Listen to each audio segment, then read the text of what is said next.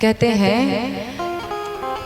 कि वो पावन दिन आया जो भगवान ने गोपियों से कहा था।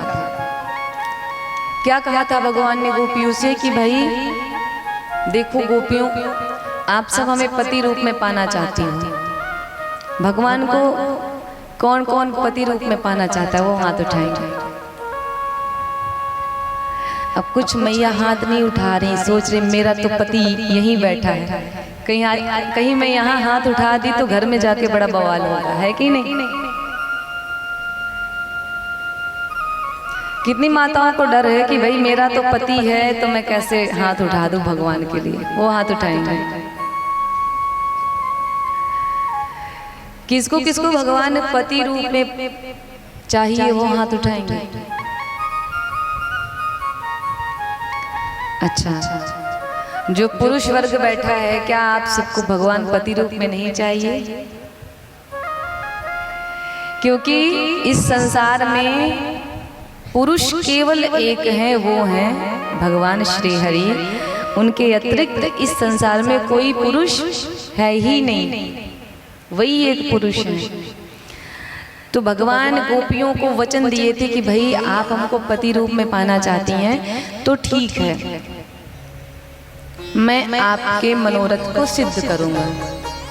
कब प्रभु, हमारी इच्छा आप कब पूरी करेंगे? तो भगवान कहते हैं कि आने वाली शरद पूर्णिमा की पावन बेला में, पावन रात्रि में मैं आप सबके साथ महाराज की पावन लीला करूंगा।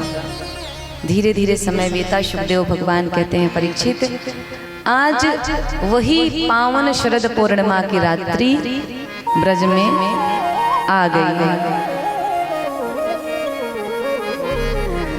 आज कन्हैया रात्रि के 12 बजे पहुँचे यमुना जी के पावन तट पे, और जो मुरली की तान छेड़ी ना कि सारी ब्रज की ब्रजांगनाएं उस मुरली की धुन को सुन करके मदमस्त हो गई।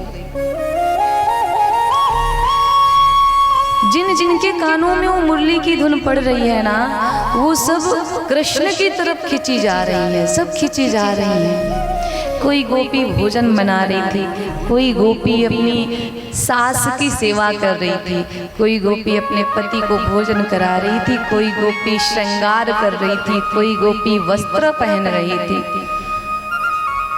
लेकिन जैसे ही गोपियों के कानों में वो मुरली की मधुर ध्वनि सुनाई पड़ी ना, सब अपने होश खो बैठी और उस कृष्ण कन्हैया की तरफ सब आकर्षित होने लगे, जाने लगे। गोपियों को ऐसा लगता है कि जैसे कन्हैया उस मुरली की धुन पे प्रत्येक गोपी का नाम ले लेके पुकार रहे हों कि हे गोपियों आओ, आपका इस महाराज में बहुत बहुत स्वागत है। सारी गोपियां भगवान की तरफ खींची जा रही हैं। एक विचित्र बात है कि वंशी बजाने वाला एक है और वंशी भी एक है, लेकिन उस एक बजाने वाले और एक वंशी पे सारी गोपियों के नाम सबको स्पष्ट सुनाई पड़ रहे हैं। ऐसा प्रेम भगवान से हुआ, ऐसा प्रेम हुआ कि अपनी सारी सुध बुध खो करके गोपियां दौड़ पड़ी कृष्ण की तरफ। एक गोपी तो अपनी सास को भोजन करा रही थी, जब मुरली की ध्वनि सुनाई पड़ी ना तो भोजन पानी छोड़ करके दौड़ पड़ी मुरली की धुन की दिशा में। एक गोपी श्रृंगार कर रही थी, बड़ा दिव्य श्रृंगार कर रही थी। तभी अचानक से मुरली की ध्वनि सुनाई पड़ी, महाराज आज तो गजब हो गया उस गोपी के साथ। होंठ की लाली आज आंखों में लगाती है और आंखों का काजल इतनी मदमस्त हो गई कि होंठों पे लगा करके सब कुछ छोड़ करके भगवान के पास दौड़ चली। एक गोपी अपने पति को भोजन करा रही थी और जैसे ही मुरली की वंशी की धुन कानों में पड़ी तो पति को छोड़ करके गोपी भागने को हुई कि मैं तो कन्हैया के पास जाऊंगी, उसके बिना तो अब ये जीवन निरर्थक लगता है। जैसे ही वो जाने को हुई, आज पति ने हाथ पकड़ लिया क्या करती है, अपने पति को भोजन करा रही है और उस छलिया ने एक मुरली क्या बजाई, तू अपने पति को भूल गई। कहीं नहीं जाना है, वो बड़ा चोर है, बड़ा छलिया है, वो तो सबके चित्त को चुराने वाला है, सबके साथ छल करता है, तेरे साथ भी छल हुआ है। गोपी कहती है जाने दो, पर पति नहीं मानता, ले जाकर के गोपी को एक कक्ष में बंद कर देता है, एक कमरे में बंद कर देता है। लेकिन मैं आपको बताऊं महाराज, आज गोपी के हृदय में इतनी व्याकुलता पड़ी भगवान के लिए, जो व्याकुलता पड़ी कि आज गोपी ने अपने प्राण छोड़ दिए उस कक्ष में, और उन सारी गोपियों से पहले जाकर के भगवान के श्री चरणों में विलीन हो गई। सारी गोपियां पहुंची हैं। जब भगवान के पास पहुंची ना गोपियां, तो भगवान ने देखा कि ये तो पूरे ब्रजांगनाएं, ब्रज की जो गोपियां हैं मेरे पास चली आ रही हैं। भगवान ने विचार किया इनकी परीक्षा लेनी चाहिए। पहले तो भगवान गोपियों को बुलाते हैं, और फिर जब गोपियां जाती हैं तो भगवान कहते हैं कि कहो कैसे तुम्हारा यहाँ आना हुआ। जो भगवान ने सारी गोपियों से पूछा कि हे गोपियों, इतनी रात को तुम यहाँ क्यों आ रही हो, कैसे आना हुआ मेरे पास। श्री सुखदेव जी भगवान कहते हैं महाराज, जैसे ही भगवान ने ये प्रश्न किया ना, सारी गोपियों का जो मुखमंडल था वो मलिन पड़ गया, चेहरा लटक गया, और सब अपने चरण के अंगूठे को देख रही हैं, कोई कुछ नहीं बोलता। भगवान फिर से पूछते हैं कहो कैसे आना हुआ, घर में झगड़ा वगड़ा हो गया क्या, कि झगड़ा करके तो चली आ रही हूँ कि चलते हैं जमुना के किनारे थोड़ा टहलेंगे तो दिमाग शांत होगा। गोपियाँ कुछ नहीं बोलती।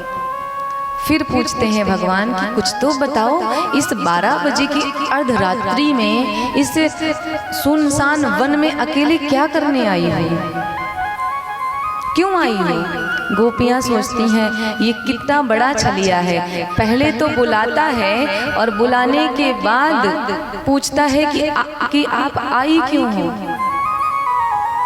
कोई आपको अपने घर बुलाए, अपने घर आने का निमंत्रण दे कि भाई कल मेरे घर आप आना, और आप जब उसके घर जाओ तो दरवाजा खोल करके आपसे पूछे कि कहो कैसे आना हुआ, आपको कैसा लगेगा। हृदय में धक्का तो लगेगा ना। गोपियों को भी आज बड़ा धक्का लगा कि देखो तो सही कितना झूठा है ये। पहले तो प्रेम से बुलाता है और जाओ तो पूछता है क्यों आई। कोई गोपी कोई उत्तर नहीं देती। भगवान ने फिर से कहा, बोले पति से झगड़ा हो गया क्या जो चली आई। गोपियां शांत हैं। भगवान ने कहा अपने अपने घर जाओ, इतनी रात में वन में अकेले घूमना नहीं चाहिए। सारी गोपियां भगवान जब इस प्रकार से बोले तो गोपियां कहती हैं नाथ, पहले तो बुलाते हो और फिर पूछते हो क्यों आई, और फिर कहते हो घर को जाओ। अब हम घर को जाने वाली नहीं हैं। क्यों? गोपियां कहती हैं क्योंकि हमारे प्राण को तो आप अपने अधीन कर चुके हो, अब ये केवल शरीर बचा है। प्रभु आप जो जब जाने की बात करते हो ना, तो ऐसा हृदय कहता है कि इसी जमुना जी में कूद करके छलांग लगा दें और अपने प्राणों को यहीं छोड़ दें। लेकिन नाथ एक बहुत बड़ी विडंबना है। भगवान ने कहा क्या विडंबना है? गोपी कहती है प्रभु ये प्राण तो आपने हर लिया है, अब तो इस शरीर से ये प्राण भी नहीं निकलते। भगवान सारी गोपियों को देखते हैं। भगवान ने सबसे अनेक बार पूछा कि क्यों आई हो, क्यों आई हो, क्योंकि सुखदेव भगवान कहते हैं कि भगवान का एक नियम है। पहले तो जीव को अपने पास बुलाते हैं और नजदीक और नजदीक, और जब जीव बिल्कुल भगवान के निकट पहुंच जाता है तो भगवान पूछते हैं क्यों आई हो, क्योंकि भगवान हमारी भक्ति की परीक्षा लेते हैं कि हम उनके दर्शन करने योग्य हैं कि नहीं, हम उनकी कृपा कटाक्ष प्राप्त करने योग्य हैं कि नहीं।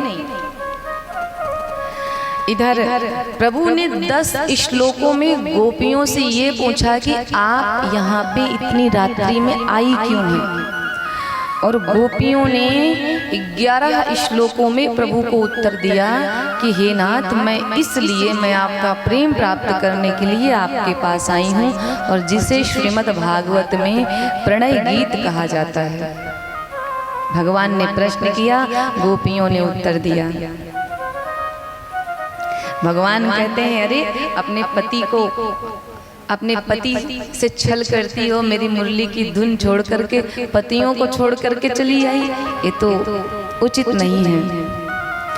गोपियाँ कहती हैं कि हे नाथ, सब कुछ करना प्रभु, अब हमारा त्याग मत करना, क्योंकि अगर आपने अब त्याग कर दिया तो हमारे लिए जीवित रह पाना मुश्किल है।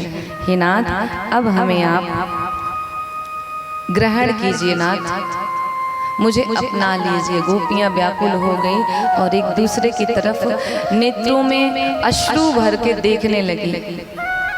गोविंद ने देखा, भगवान मुस्कुराए कि गोपियों की भावनाएं बड़ी सुंदर हैं, इन्हें हमारी कृपा कटाक्ष प्राप्त होनी चाहिए।